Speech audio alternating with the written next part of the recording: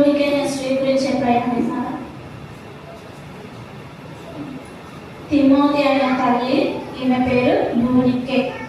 అయితే ఈమె నిష్కపటమైన విశ్వాసము జ్ఞాపకం చేసుకొని నా పితృ ఆచారాల ప్రకారము నిర్మలమైన మనస్సాక్షితో నేను సేవించుచున్న దేవుని ఎడల కృతజ్ఞుడమై ఉన్నాను. తిమోతి యొక్క తల్లి యూనికే గురించి రోజు మనము తెలుసుకుంటాం. యూనికే అంటే అర్థము జయశాలి నాకు భాగ్యవతి. ఏంటి? జయాన్ని పొందుతున్న స్త్రీ అని అర్థం. అయితే ఈమె యూదురాలు. ఈమె ఒక గ్రీక్ దేశస్తుని వివాహం చేసుకున్నది.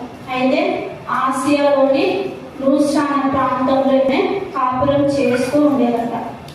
జయశాలి అనగా జయశాలి నాకు భాగ్యవతి. అయితే ఈమె యూదురాలు, గ్రీకు దేశస్తుని వివాహం చేసుకున్నది. ఆసియాలోని లూస్ట్రా అనే ప్రాంతంలో ఈమె నివాసము చేసింది. అయితే లూస్ట్రా అనే ప్రాంతానికి పౌలు, అపోస్తలుడైన పౌలు తెలుసు కదా, ఆ పౌలు లూస్ట్రా అనే ప్రాంతానికి వెళ్ళాలన్నమాట. వెళ్తే అక్కడ ఈ స్త్రీ, యూనికే అనే స్త్రీని చూసి ఈమె క్రైస్తవురాలు అని అన్నాడు. అపోస్తల కార్యంలో 14:7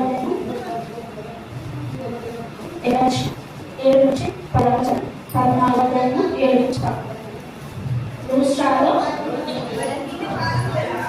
బలహీన కాలం ఒకడు అతడు పుట్టినది మొదలుకొని కుంటువాడే, ఎన్నడూ నడవలేక కూర్చుని విడువాడు. అతడు పౌలు మాట్లాడుట వినేను.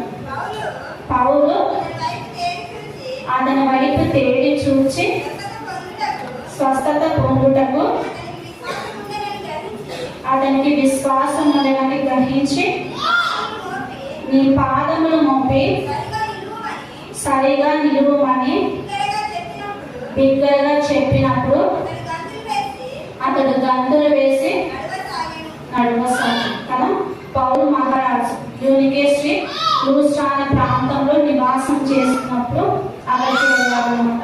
అయితే బలహీన పాదములు గల ఉన్నాడట. అంటే చిన్నప్పటి నుంచి పుట్టినది మొదలుకొని కుంటివాడే ఉన్నాడట. అయితే అక్కడ నడవలేక కూర్చుని ఉన్నప్పుడు అక్కడ